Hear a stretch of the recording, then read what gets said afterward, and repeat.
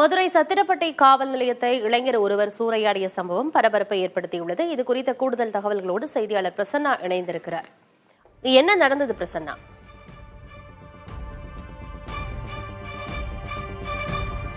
மதுரை மாவட்டம் பேரையூர் தாலுகாக்கு உட்பட்ட சத்திரப்பட்டி காவல் நிலையத்தில் காவலர்களையும் பொதுமக்களையும் அதிர்ச்சிக்கு உள்ளாக்கக்கூடிய சம்பவம் நேற்று நடைபெற்றிருக்கிறது.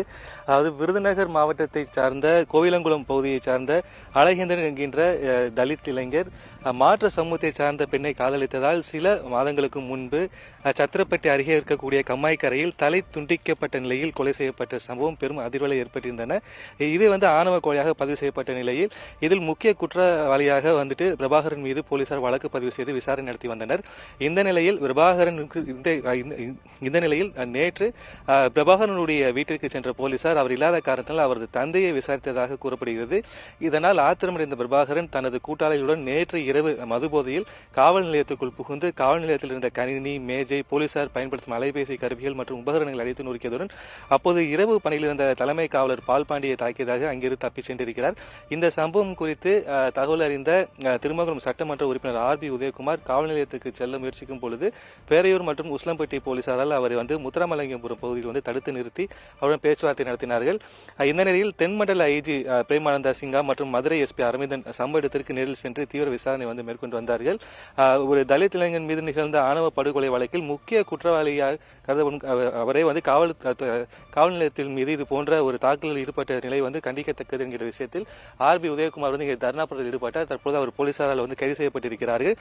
இந்த நிலையில் தமிழக எதிர்க்கட்சி தலைவர் எடப்பாடி பழனிசாமி அவர்கள் தற்போது சமூக வலைதளத்தில் இந்த சம்பவத்திற்கு கண்டனம் தெரிவித்திருக்கிறார்கள். அதாவது அவருடைய அறிவுறுத்தலின்படி சட்டமன்ற எதிர்க்கட்சி துணைத் தலைவர் ஆர்.பி. உதயகுமார் அந்த காவல் நிலையத்தை பார்வையிட சென்ற போது அவர் காவல்துறையினரால் தடுத்து நிறுத்தப்பட்டு தற்பொழுது கைது செய்யப்பட்டதற்கு மிகுந்த கண்டனத்தை தெரிவித்திருப்பதாக அவர் கூறியிருக்கிறார். குறிப்பாக தற்பொழுது ஸ்டாலின் ஆட்சியில் மக்களுக்கு பாதுகாப்பில்லை, மக்களை காக்க வேண்டிய காவல்துறைக்கு பாதுகாப்பில்லை, தற்பொழுது உச்சத்தின் உச்சமாக காவல் நிலையத்திற்கே பாதுகாப்பில்லை அப்படின்ற விஷயத்தை வலியுறுத்தி அவர் தற்போது சமூக வலைதளத்திலிருந்து பதிவிட்டிருக்கிறார்கள்.